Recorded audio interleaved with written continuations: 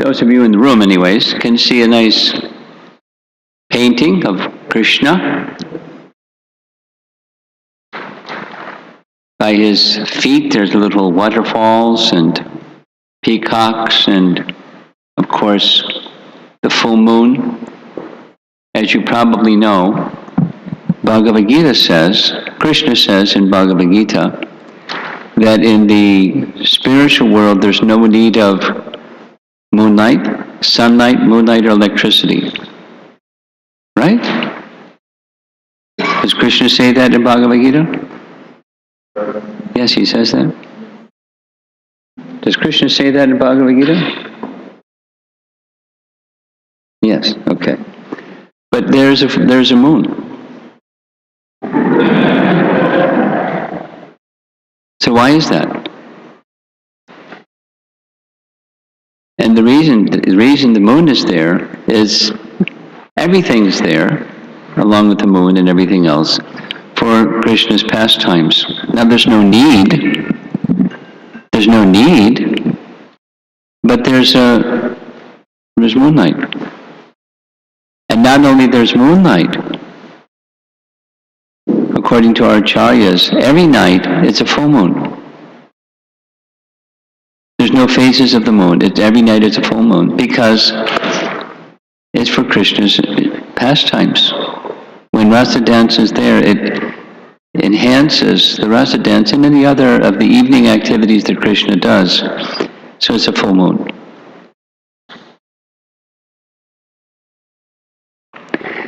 And for that matter, there's no passage of time, but there's a rising and setting of the sun. Now why is that? Because the movements of the sun, according to our calculation, is determining time. The rising and setting of the sun is so many hours, and then the night time is so many hours, and time is measured by the movements of the sun. In fact, if you read very carefully in the third canto of the Bhagavatam, the smallest unit of time is the time it takes for the sun to cross one atom. And then so many of those makes units of time.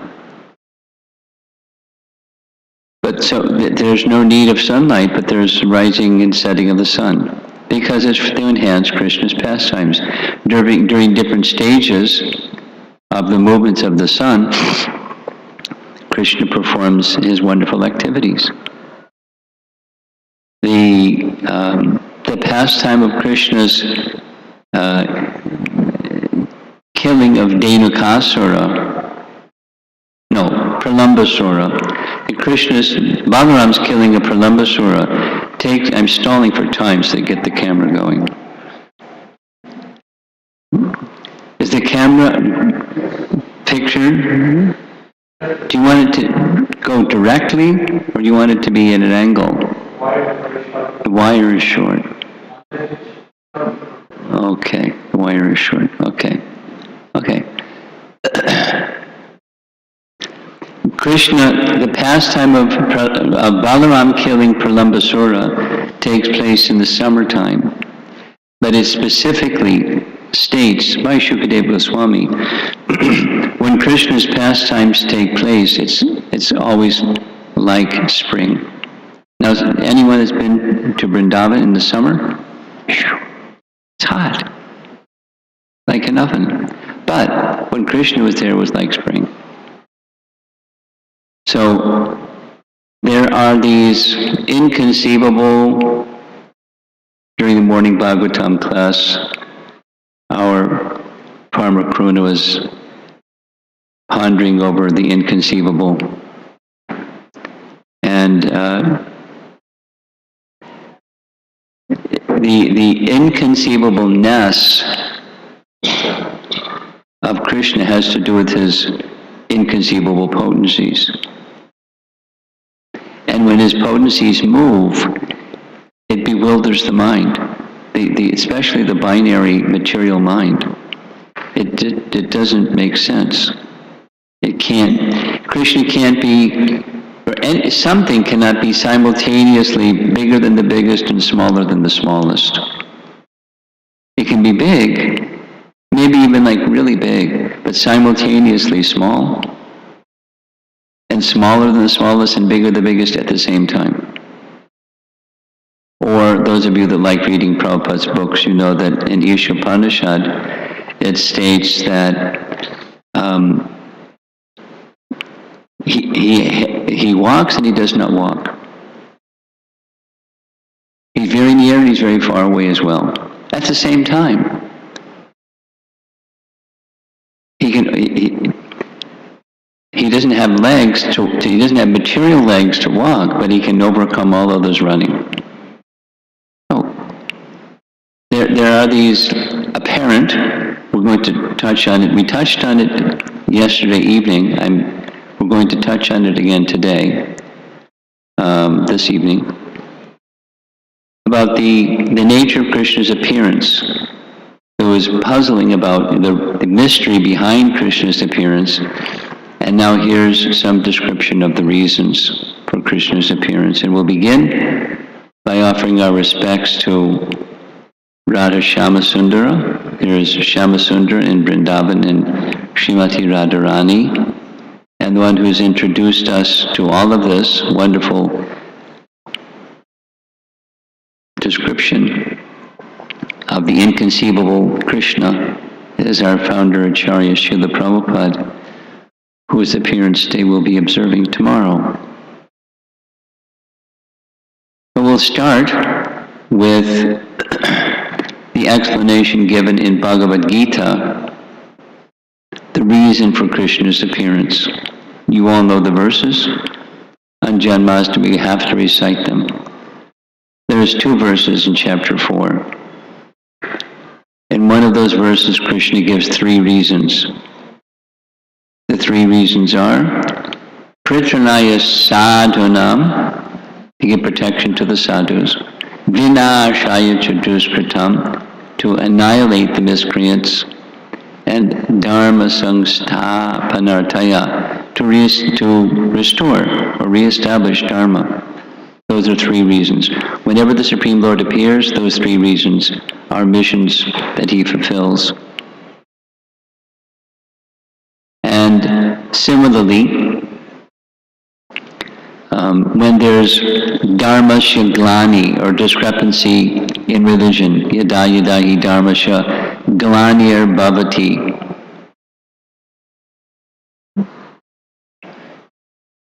Krishna appears to make dharma again correct. So, dharmic reasons, Krishna reveals. And it's true, because Krishna speaking is the absolute truth.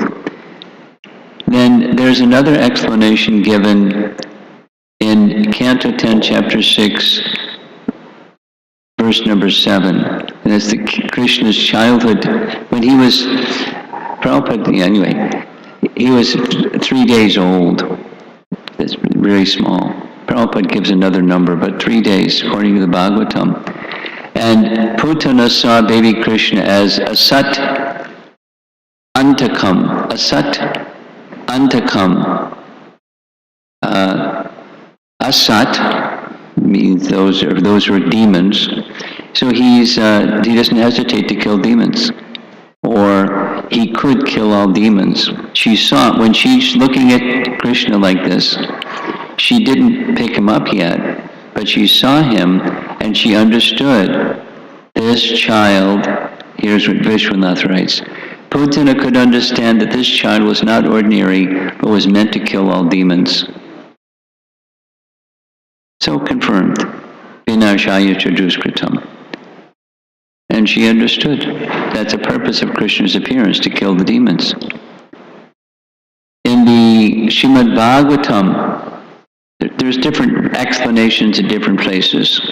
So here's one. In those of you that like to read Prabhupada's books, you know that in the first 3 chapters of Canto 1, there's 6 questions, all in chapter 1. Here's one of the questions, question number 2. For what purpose did Lord Krishna appear? 1:112. This is Shukadeva Sutta Goswami speaking to the sages of Naimisharanya. The oldest sadhu in the front row up there, that's Shaunaka Rishi, speaking on their behalf. Why did Krishna appear? What was the purpose? And the explanation is given in Canto 1, Chapter 2. Assuming the roles of incarnations, he performs pastimes to reclaim those in the mode of pure goodness. So there's reason for Krishna's appearance. Not just to give pleasure, but to reclaim those in the mode of pure goodness. Now, prayers of Kunti. We're going to do a little review, because these are also reasons. And different people say different things about those reasons. I'm going to read them again. Of course it is bewildering, O soul of the universe, that you work although you are inactive, that you take birth although you are the vital force and the unborn. You yourself descend among animals, men, sages, and aquatics. Verily, this is bewildering. Now it skips in text 31. Queen Kunti is marveling at Mother Jasoda and the kind of love that she has for Krishna and the kind of relationship that Krishna has with her.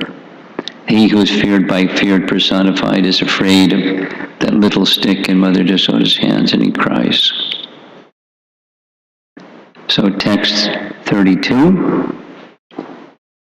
Some say that the unborn is born for the glorification of pious kings. Reasons. This is the topic. Is there reasons for Krishna's appearance? And others say that he is born to please King Yadu, one of your dearest devotees. You appear in his family as sandalwood appears in the Malaya hills. Other reasons. Others say that since both Vasudeva and Devaki prayed for you, you have taken birth as their son. Undoubtedly, you're unborn.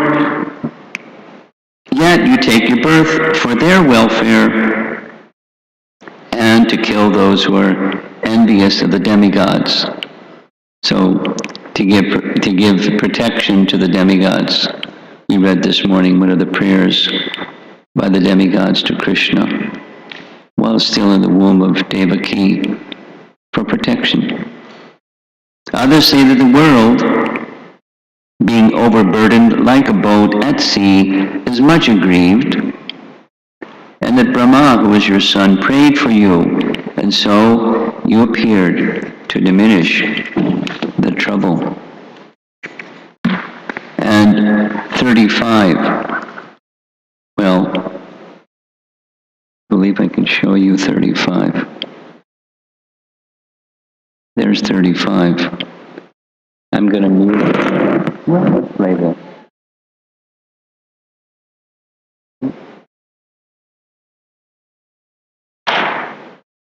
Here's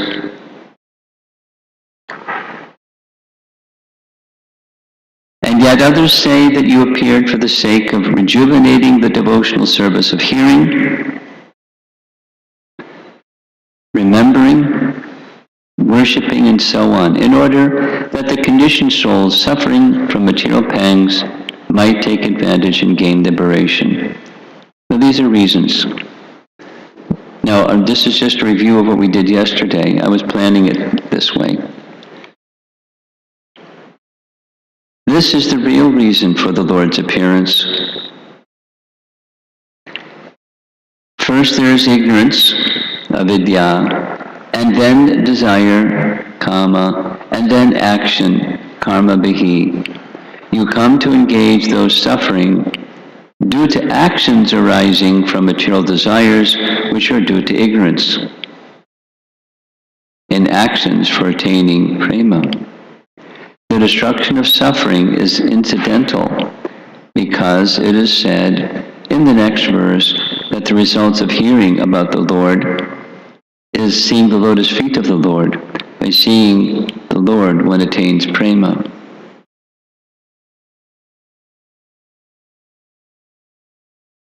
Now, Krishna's appearance is special in many ways. I'll illustrate one of those ways. You know, the object of love, we can say in all religions,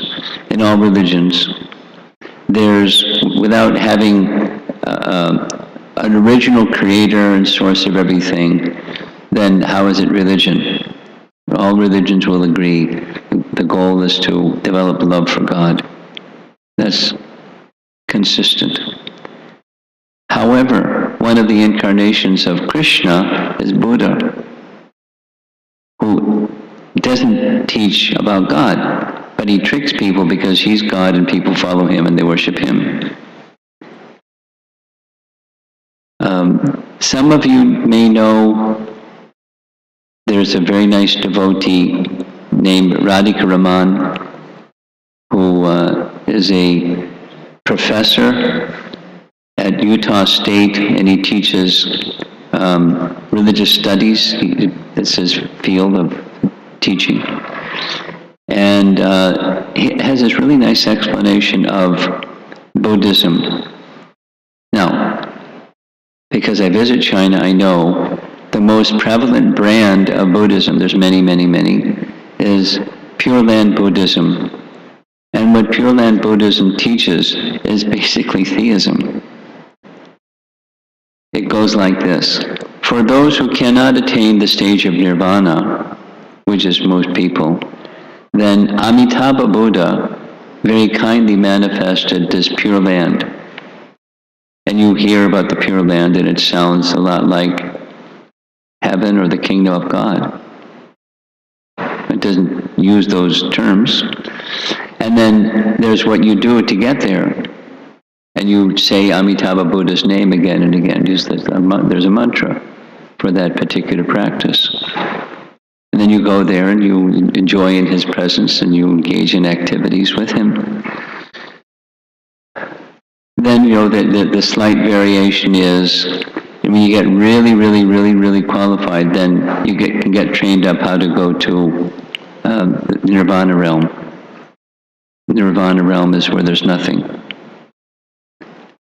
But the mainstay of Buddhism, the impetus is, from Buddha's original teachings, is to overcome suffering. You know the story? He was a young prince, son of a king, and he had privileges. He was moving around the kingdom when he was little. And riding in a royal carriage, he saw suffering, and this suffering, that suffering, the other suffering. Basically birth, death, disease, and old age. He saw it. And he saw that the reason behind it was people wanted to be enjoyers. So he left the kingdom and went to do, Buddha's work. And he did meditation, and he gave teachings. And the teachings go like this. The root cause of suffering is desire. Now, kama is mentioned here, but this is the Vedic understanding. So, if you want to become free from suffering, become free from desire. And then there's a system ABC, and you become free from desire, and you enter into void.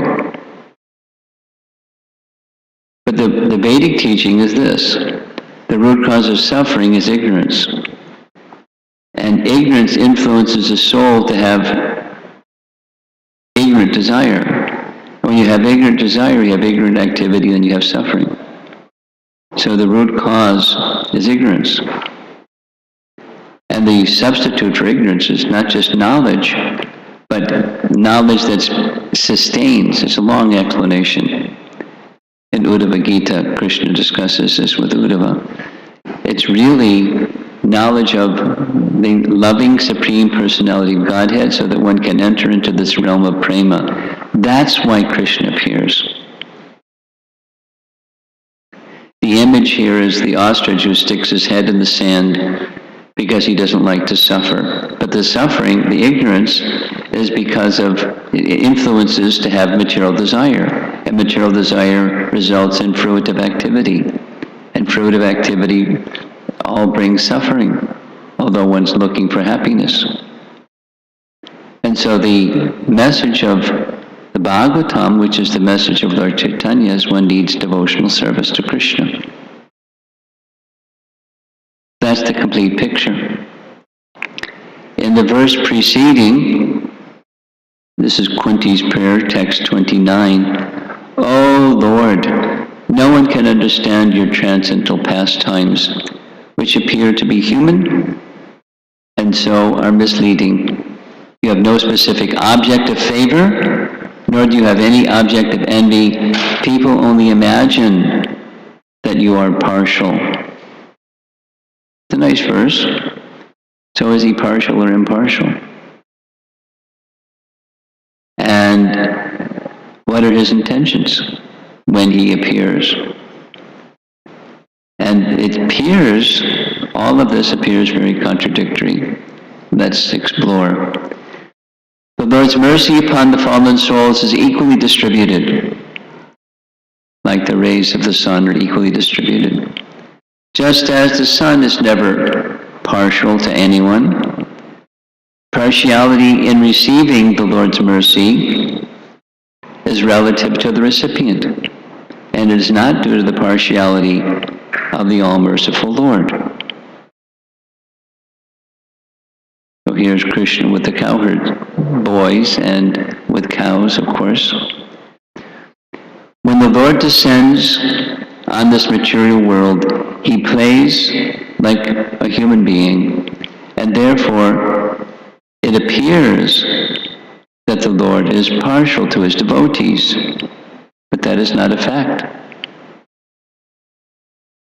Now it sure looks like he's partial to the cows, and the cows love him and he loves the cows, and that's just fine. But supposing there's living entities that don't love him, what is his feeling towards those that don't love him?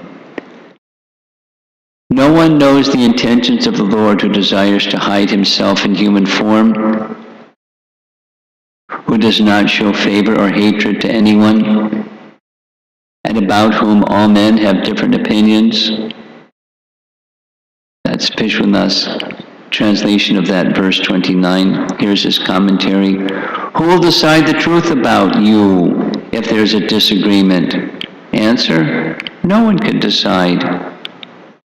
This is explained, this verse and the next verse. The two opinions end up in a conflict, and there you have our modern age, and it keeps going, it doesn't slow down. No one knows the plan of you who desire to play the role of human beings as Rama or Balaram and Krishna. No one knows the plan of you who desire to delude the fools by not letting them see your sweet qualities. Here's one of Krishna's pastimes. He's dressing in very nice attire for entrance into Mathura. The scene in the background behind them, that's the dismembered washerman.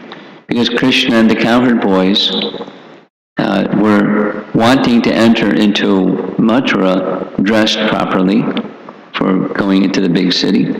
And so he requested very politely from the washerman for some clothes that they could wear. And the washerman insulted the cowherd boys, and Krishna didn't like that, so he separated that talking part of his body from the rest of it and took the clothes. Now they're addressing Krishna and Balaram and the cowherd boys too.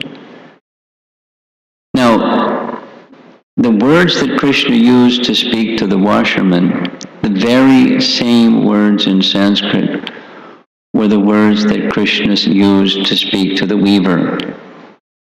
Very same words. Very same words.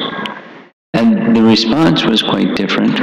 And Krishna was just reciprocating accordingly. Or the speaking part of Shishupal's body was separated from the rest because of his inimical attitude toward Krishna. But Krishna gave him liberation, much to the astonishment of everybody in the assembly. He got liberation. All men have differing ideas about you. Yasmin, Vishama, Bhatir, Nrinam. The sun shows attachment to the sun's stone by acquiring its own qualities. Here's a photograph of what looks to me like the sunstone. The sunstone is a stone that doesn't just reflect the light of the sun, but it assimilates, it draws within the stone the light of the sun. So you can put it in a dark place and it's like a light bulb. It lights up the room because it has a relationship with the sun like that. The sun shows attachment to the sunstone by imparting its own qualities. The sun shows indifference to the blind people, meaning to blind people it doesn't make any difference. Sun, no sun, because they can't see. And is helpful to the Chakravaka birds, who become joyful when the sun rises and destroys darkness. The sun is harmful to the darkness used by thieves and owls. Owls don't like the sun. They close their eyes during the day and open their eyes at night. But the sun is not partial to anyone. It manifests the same light to all. The cause of difference is the good or bad qualities of the specific object. It is the same with the sun. Different people relate with the Lord in different ways according to their qualities. So Krishna is like the sun. And different persons have regard for him in different way, and his appearance also strikes people as having different purposes. Now we're going to hear something that I like very much. Oh, this is the demigods. The demigods wanted protection, and specifically Mother Earth wanted protection, but they also wanted protection. And so they felt the Lord is their place of shelter, and he appeared for that reason, to give them protection. Nice painting, there's Lord Shiva, there's Brahma, and there's Indra, offering prayers to Krishna within the womb of Devaki. And their prayers are filled with other things besides protection. They have a relationship and they want to glorify the Supreme Lord. Now there's another explanation given about Krishna and his appearance in Priti Sandarbha. What's Priti Sandarbha? Priti Sandarbha is one of the 6 Sandarbhas of Jiva Goswami, whose picture you see here. And it's a commentary on the topics, 6 main categories of topics of Srimad Bhagavatam. And the final is this Priti Sandarbha, or the stage of love of God. So he's describing Krishna's appearance in this way. He makes a reference to a verse from 5th canto. It's spoken by Hanuman about Lord Ramachandra, and he indicates that Ramachandra appears in the realm of the mortals for reasons beyond just killing Ravana, but for teaching lessons. Here's how he quotes from it. He does not come to the world of mortals only to kill the demons who trouble the saintly devotees. He also comes to teach the conditioned souls. He reveals to them the true goal of life. Now that's imparting of knowledge. And that's something that Lord Ramachandra does, and Hanuman understands that he does. Now, Jiva Goswami's comment is, both of these, that's killing demons and revealing the true goal of life, are merely external secondary reasons. No, they're honored in Bhagavad Gita and all these other places that we spoke about. But according to Jiva Goswami, they're merely external secondary reasons. The primary reason is to reveal his sweetness to devotees, whose hearts melt in anguish of separation. Now this is very similar to what's stated in Canto 1, Chapter 2, the purpose for Krishna's appearances, to reclaim those in the position of pure goodness. This is being even more explicit, to reveal his sweetness to devotees whose hearts melt in anguish and separation. This is the reason for Krishna to appear. You've heard Prabhupada say this and write it. It's very easy for Krishna to annihilate demons without appearing. He can do it in n number of different ways. Just, send a tsunami or, whatever, a hurricane or COVID or, it's so many ways of relieving the earth of the demoniac population. Or send come as Vishnu and let Vishnu do. And give knowledge, he can have his representatives do that too. So the real reason for Krishna's appearance is this one. There's a very, very, very special sweetness about Krishna's appearance, about Krishna and Krishna's activities. And the sweetness of those activities attracts the hearts and the minds of people who really want that kind of happiness. So we'll start with the cowherd boys.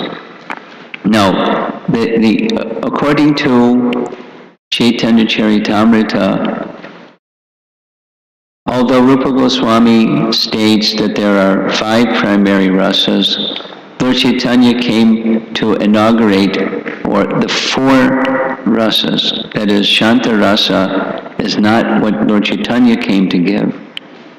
Although in Goloka, where Krishna resides, there are entities that are in Shanta rasa, but they also have a very strong desire to serve. And when Krishna enters, for example, when he enters the forest of Vrindavan, they're lifted to a state of ecstasy by the touch of Krishna's feet, or the touch of Krishna's fingertips on the leaves and creepers and bushes of Vrindavan.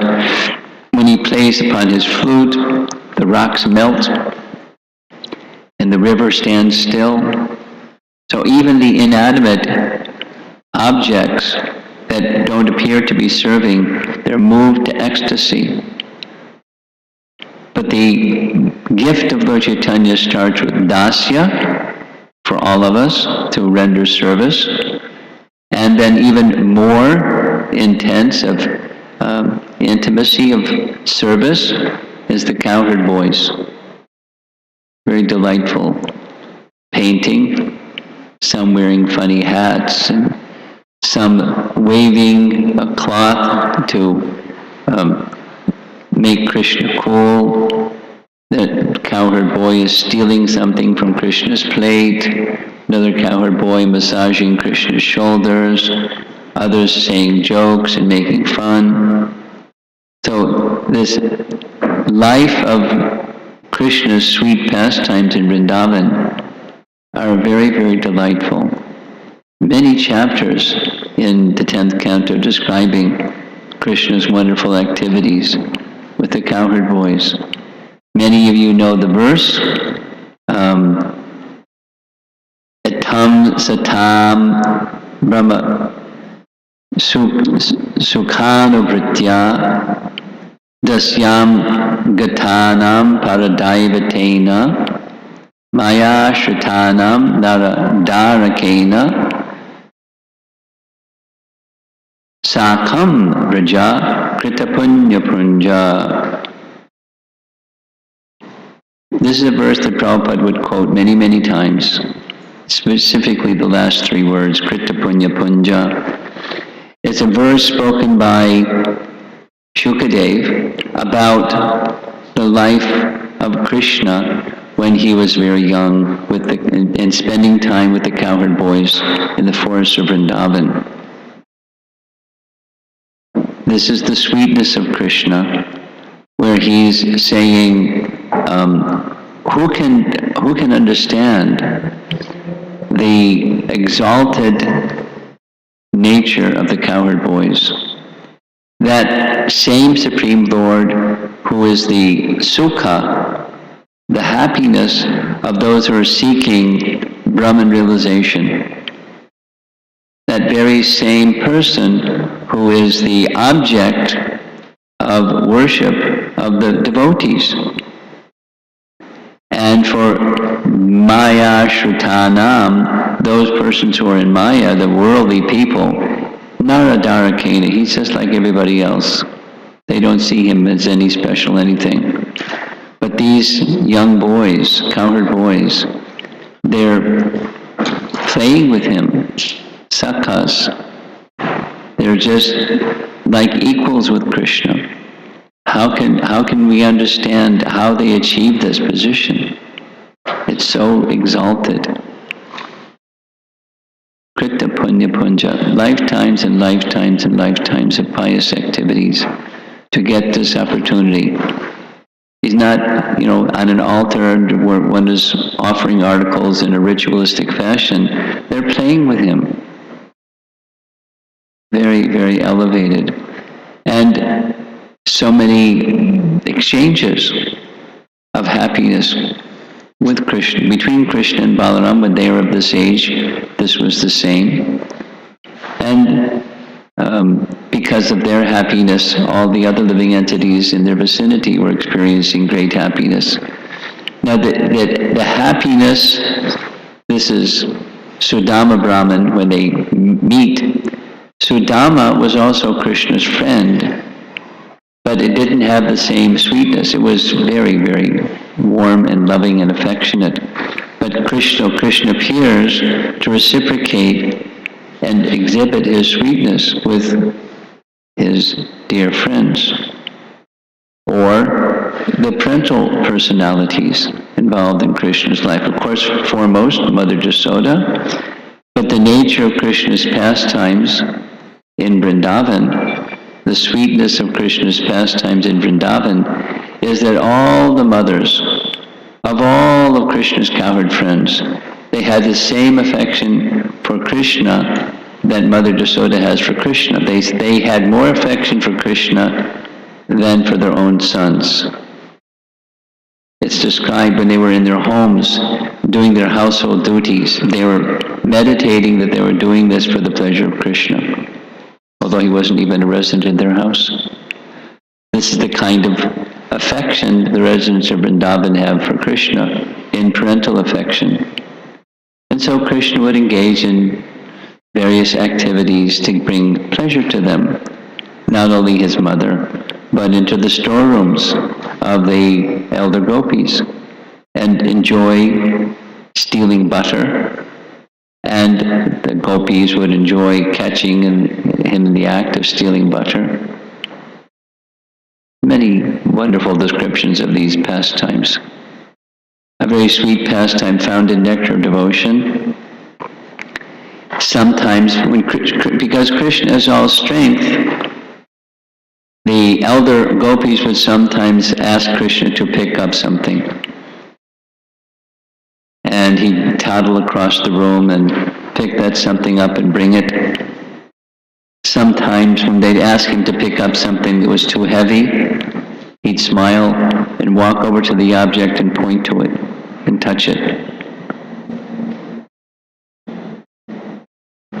But this happiness of Nanda Maharaj, when Mother Jasoda asked Krishna to bring his slippers, he placed Nanda Maharaj's slippers on his head and brought the slippers for Nanda Maharaj.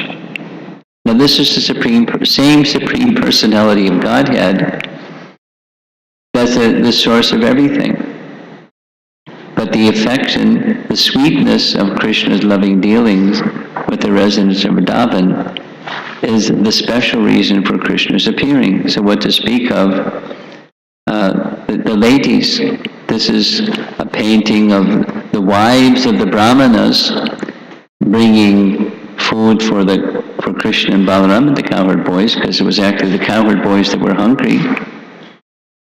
And again, read the Sanskrit very carefully, and you'll find the words that Krishna speaks to the wives of the Brahmanas is the very same words that Krishna speaks to the gopis when they come to see him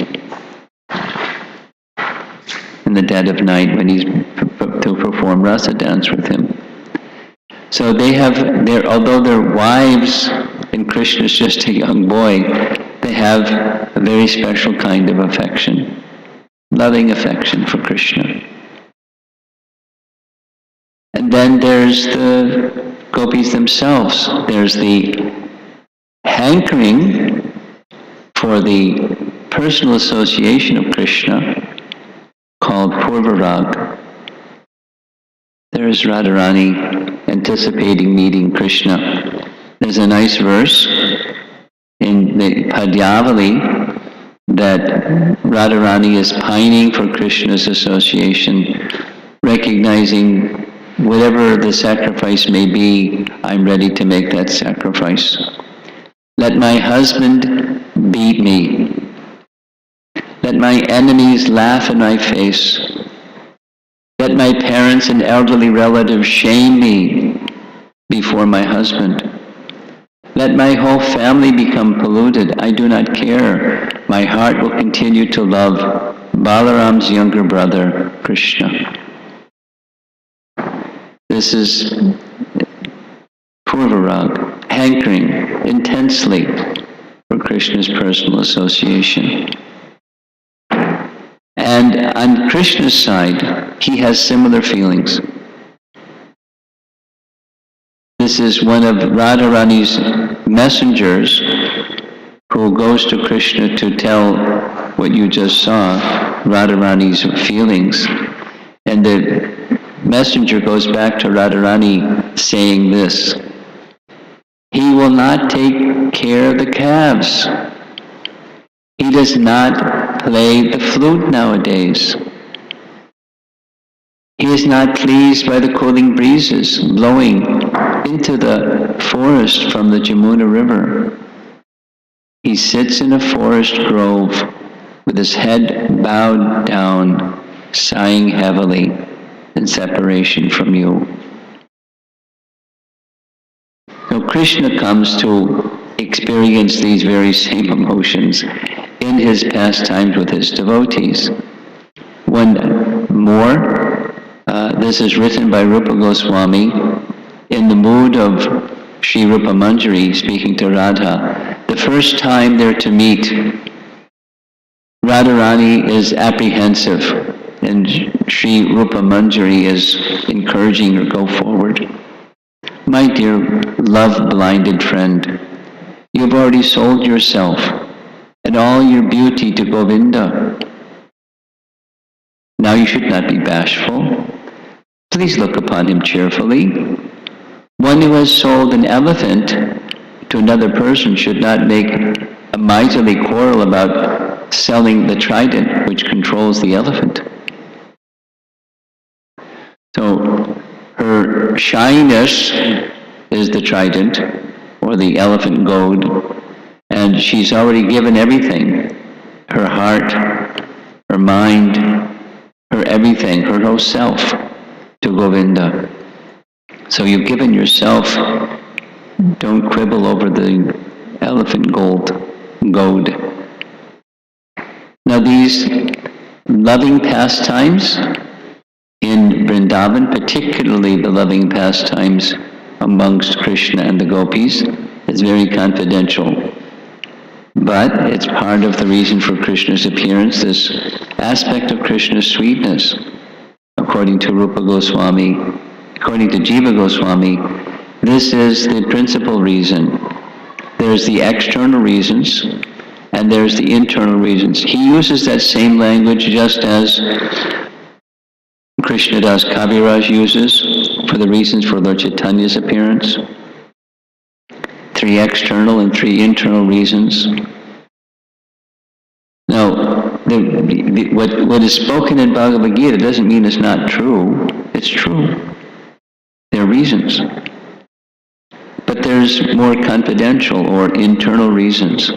This is to bestow his sweetness upon his eternal associates or those in pure goodness, to lift them to the stage of perfection and to reciprocate loving dealings with the residents of Vrindavan. Now it's described like this.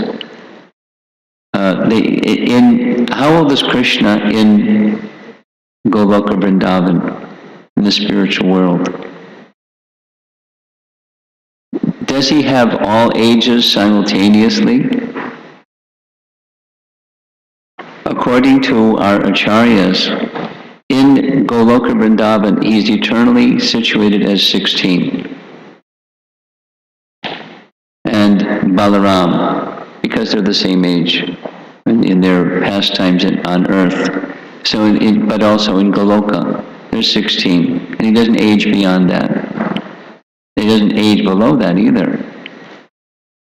What that means is, there's a mood, just like Krishna's appearance, in the spiritual world. Does Mother Jasoda give birth to Krishna? There's no birth pastime. But she certainly has the sense, he's my son. And all the crawling and the baby and the babbling and the stealing butter and all those childhood pastimes of Krishna, feeding the monkeys. That's when he performs his worldly pastimes, his Bhoma Lila. But those pastimes, there's a sense, there's a bhava, an emotion, a mood of this is part of Krishna's totality. But those pastimes are manifest only when he comes to this world. When he performs his worldly pastime, not just this earth planet, but somewhere in some creation, all of Krishna's, the spool of Krishna's pastimes are going on. So this is the sweetness of his childhood. How long was Krishna in Vrindavan before he left to go to Mathura? Our acharyas teach us very clearly, it was 10 years, 7 months. And how many chapters of the 10th canto are involved in Krishna's childhood pastimes in Vrindavan? Volumes and volumes and volumes. And they're so sweet. And the fullness of the rasas are displayed there. It's not that just like this example of Sudama. Krishna had friendship outside of Vrindavan. But the sweetness in Vrindavan is super excellent. Super excellent. Outside of Vrindavan, Uddhava was the dear friend of Krishna.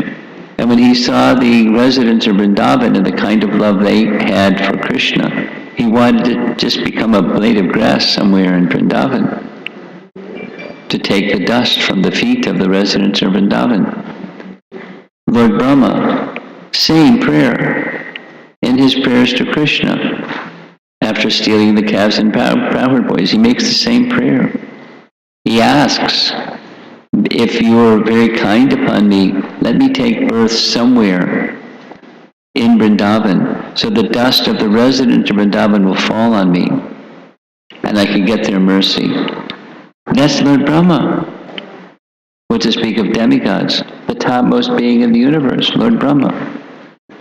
The sweetness of Krishna's pastimes in this world, especially the sweetness of his pastimes in Vrindavan, is super excellent. And Krishna enjoys these pastimes as his devotees enjoy those pastimes. Here's a nice painting where Krishna is making himself not visible before the gopis. And so they're in big anxiety where's Krishna gone? The mood of separation enhances their loving dealings with Krishna. And topmost, of course, is Srimati Radharani. So many wonderful descriptions of the intensity of her love. As we know, in the Bhagavatam, her name is not even mentioned. But in other Puranas, and certainly in our writings of the Goswamis, details and details and details of their loving exchanges. And her heart and her mind and her whole being, as Sri Rupa Manjari was saying, is completely given to Krishna. And so many wonderful pastimes between the two. So this is our love for Krishna, is like the followers of the Lord Chaitanya. We wish to see the happiness of the loving exchange of Radha and Krishna. And all services are directed ultimately towards that purpose. Of course, Krishna loves the cows, and the cows love Krishna. I was explaining, I had a nice conversation with somebody some years ago, a college student who grew up in a Christian Scientist family. Anyone here heard of the Christian Scientists before? It's a small group. They don't do missionary work so much, but they have reading rooms. You'll see it here and there, the Christian Science reading room. So when I found she had attended a class that was meant to, like, introduction to Bhagavad Gita. So I asked her, why did you come? And she said, because when I was young, my mother used to read Bhagavad Gita. And she had us read it with her. Although she was a Christian Scientist, she very much appreciated Bhagavad Gita. And so that's how I grew up. And when I saw there's a class on Bhagavad Gita, I thought I'd like to come. So I said, when I was young, there was somebody that went to our school. It was very rare, but there was a family that was a Christian Science family, and I was born in a Christian family, so I was always curious, what's unique about Christian Scientists? So would you like to share? I'd like to understand. He said, well, I'm not very elevated, but I have some basic understanding. So we went through, comparing. And, first of all, is there a soul? Yes. Is there the soul is different than the body? Yes. Is there reincarnation? Yes. Christian Science accepts there's reincarnation. And what's the ultimate destination for the soul? The ultimate destination of soul is to go to the kingdom of God and be with God. And I said, wow, what's it like there? And does the scripture say? And there wasn't a clear answer. So I said, how come there isn't a clear answer? If, how are you going to know you're there? Because it's like a nice place. But I asked that question when I was growing up and, didn't get an answer. What's the kingdom of God? What's it like there? And she said, well, you just know. So I said, well, let me tell you because we were doing this back and forth, the place where Krishna resides is called Goloka. And it literally means the planet of cows. And she said, no. Everything else was like, warm and fuzzy. But this was no. I said, why no? Well, they can't be cows. I said, why they can't be cows? How do cows here come from? They come from a place, the place of cows. And they're not ordinary cows, they're Surabhi cows, and this and that and the other. And her reply was, let me think about it. You won't understand just by thinking about it, but after some time, she continued with her bhakti practice. It was, it was an interesting conversation. But from Krishna's childhood, he had a natural affection for cows. And the cows had natural affection for him. It's described when Krishna went herding the cows, he didn't really have to herd the cows. The cows just followed him wherever he went. The elders, when he was just 3 years and 4 months, he begged his father, let me go with you. So he tagged along. And the cows would just follow him. The cowherds couldn't do anything because normally they tend the cows. But wherever Krishna went, that's where the cows would go. It's at this point, it should be taking care of cows. And Nanda said he's too small. Cows are really big. But on that basis, he got to take care of the calves. But from the earliest of his age, Krishna, that's part of Krishna's sweetness. They love Krishna, and Krishna loves them very much. So this is now has the correct date. We showed this with the wrong date last time. Krishna appears in the month of Bhadra. And not so long ago we observed Balaram's appearance, like 8 days ago. And Balaram appears at the full moon of the month of Shravan, which is the month before Bhadra. And at the end of this month, so it's the waning moon, because from the full moon, count 8 days, and you get the Ashtami, and it's a waning moon. Look at the moon and you see it's diminishing. And Krishna appears on the Ashtami day of the month of Bhadra. But when it becomes a full moon in the month of Bhadra, this is a very special day. So those of you that are in the room, and those of you that are remote, and those that you may see some recording of this later, mark this date, September 20th, 2021. It's a special date for a special service. The special service is mentioned in the Bhagavatam, 12th canto, chapter 13, where it's said that if anyone makes a gift of Srimad Bhagavatam to somebody, if you don't have a set in your Srimad Bhagavatam in your home, put one in your home, gift one to your family. And if you have one in your home, figure somebody that doesn't have one in their home yet, and make a gift of Srimad Bhagavatam, because according to the Srimad Bhagavatam, if you do that, here's an image where the Bhagavatam is on a golden throne. But you make the gift of Srimad Bhagavatam to someone on this Purnima, and it's a one-way ticket to the spiritual world. It's such an important book, and it's such an auspicious day. So this is an encouragement for all of you, in addition to having your own copy of Srimad Bhagavatam, gift one to somebody on Bhadra Purnim.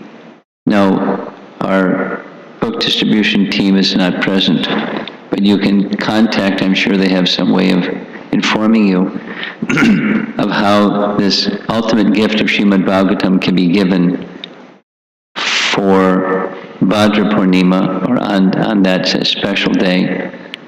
And all over the world, this verse from the Bhagavatam has inspired our book distribution team. The BBT has published enormous numbers of volumes or sets of Srimad Bhagavatam for this purpose, to make it available to people. And I'll just one last sharing. Some 7-8 years ago, the Chinese government issued an ISBN, a formal permission to print and distribute the BBT Srimad Bhagavatam in China, cantos 1 through 9, because that's what they had available at the time. So it's a miracle. And there's a present publisher is trying to get the government to give permission for an ISBN, or publishing number, for cantos 10 through 12. It's a major project, and if that happens, Krishna's mercy. And so all over the world, in so many languages around the world, this propagation of the glories of the personality of Godhead, the mystery of his appearance, the reason for his appearance, the gifts that he gives when he performs his pastimes, and those who read about his pastimes get that same benefit. It's a very special privilege that we have to receive Srimad Bhagavatam and give Srimad Bhagavatam. So, I finished a little bit early. It's 20 minutes before the hour. Let's see if there's some discussion. Anyone wants to make a comment or raise a question? Yeah. When you say about China, yeah, it's really encouraging. And there's another remarkable thing that happened. There's the ambassador from China to the United States. His name was Kunti. There was an ambassador from China to the United States. His name was Kunti.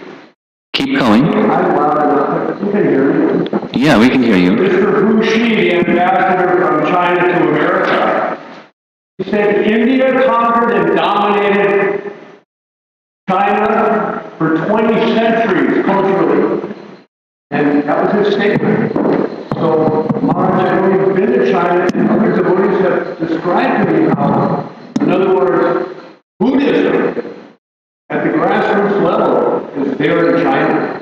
So that gives them clear, beautiful access to what we have to offer them.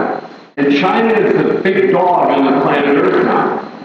So it could be that this is Krishna's way of making sure that what Prabhupada said about Krishna consciousness become predominant everywhere. It could happen through China now. That's kind of exciting. Yeah, it is exciting. It's fraught with opposition, but everything has its opposition. And Krishna's mercy flows, provided the instruments of Krishna are intelligent and courageous at the same time. So there are such people. The big dog barks very loudly. There's many stories. So anything else? Hare Krishna. Hey! So Maharaj, you were saying that Krishna is not partial. Krishna is not partial. Yeah, but it seems as it's partial. Yes, he does. It does seem he's partial. Because Krishna, and you quoted Vishwanath Thakur, where he says that he's impartial, but in the verse, Samaham Sarva Bhuteshu in Bhagavad Gita, Yeah. Krishna is not even desiratory, he's more than desiratory. Yeah. He's desiratory and give food to everyone. Yeah. So it seems like he's very, very, very, very, very partial to his devotees. Well, you're just complimenting the same thing that Vishwanath has to say. If we can add something in this, is it true or... Is what true? Is it Krishna's partial or impartial? He is partial. Oh, well, that very verse, Samaham Sarva Bhuteshu, etc. The other, it sounds like he's partial, but it looks like he's partial, but the answer is no, he's not partial. He's affectionate, but he's not partial.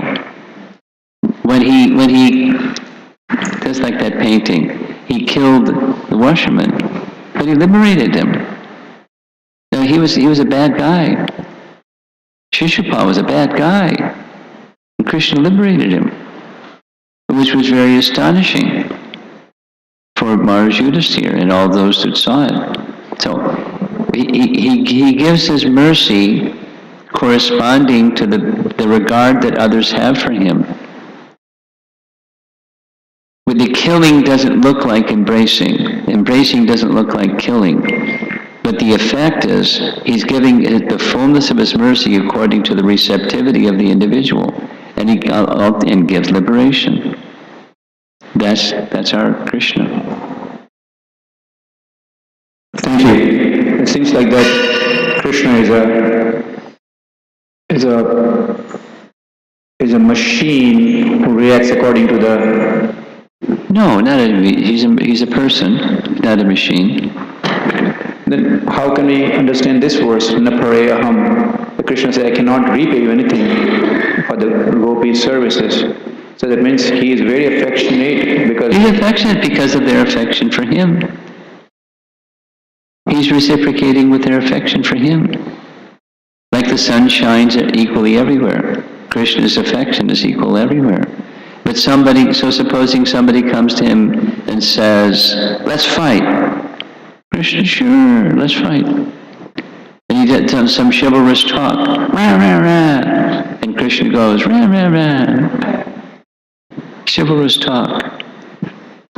It's reciprocating with their regard for him. Like the sun shines equally everywhere. It's very easy to understand. So he doesn't care for gopis or Vrajavasis? He is equal to everyone? Well, commensurate with their affection for him, yeah.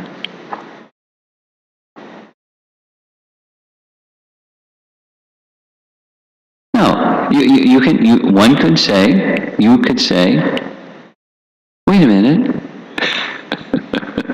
Krishna has special affection for Radharani, even amongst the gopis. Right? So he's not equal to everybody. But it's commensurate with their affection for him, and the love, the affection that Radharani has for Krishna isn't equaled by anybody. All of the others of the gopis, they're expansions of her. They're not the fullness of Radharani. Radharani is that pleasure potency in fullness. So commensurate with their loving regard, he reciprocates. So he's equal. He's not partial. It looks like. It can be described like. He's partial. Because he shows special affection to those who have special affection for him. That's partial, right? Okay. Anyone else?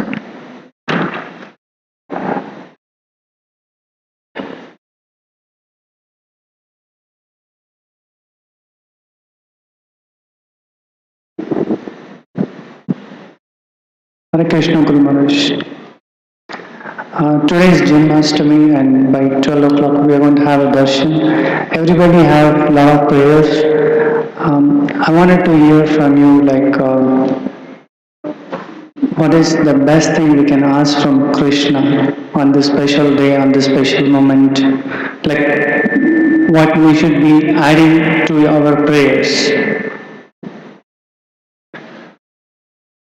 Well, the best thing is that it comes from your heart, not that, fill in the blank and then you put it in the blank. The best thing is what's in your heart. Best thing is what's in your heart. Now, what's in our hearts are not clean.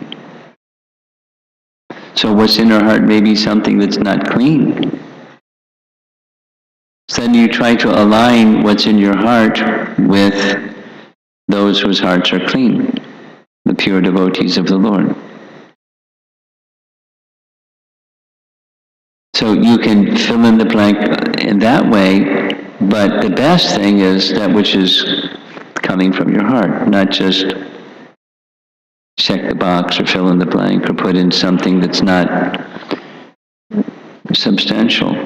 Substantial means it's your deeper feelings. So that you're asking this question is good because it means you're asking yourself, what's the best thing in my relationship with Krishna today on his auspicious day?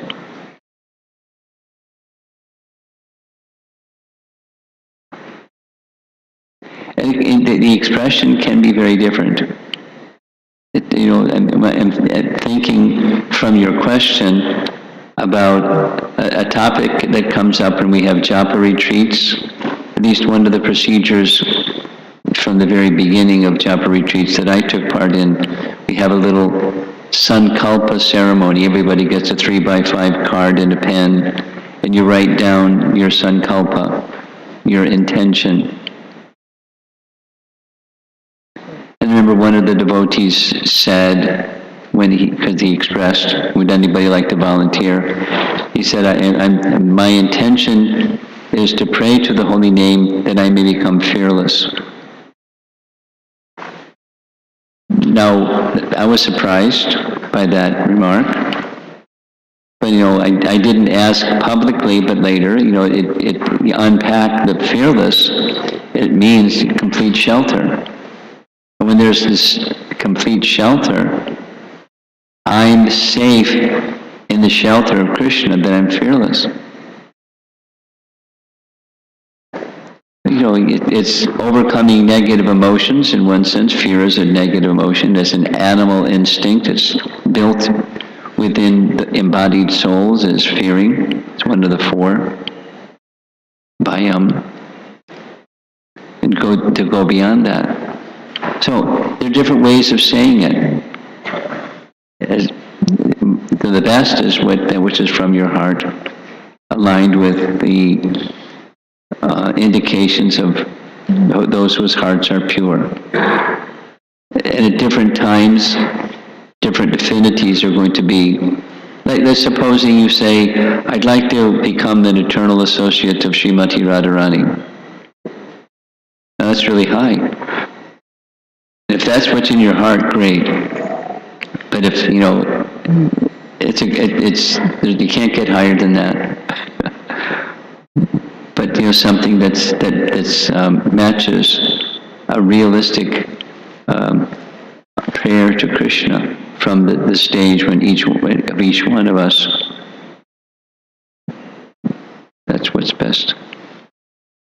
Thank you, Guru Maharaj. Good to ask the question, though. You're more likely to get answers if you ask the question. Anyone else wants to contribute something? Okay, so maybe what we should do is prepare for the arti, and whoever is supposed to be assigned for kirtan could start the kirtan. Thank you very much. Prabhupada ki jai.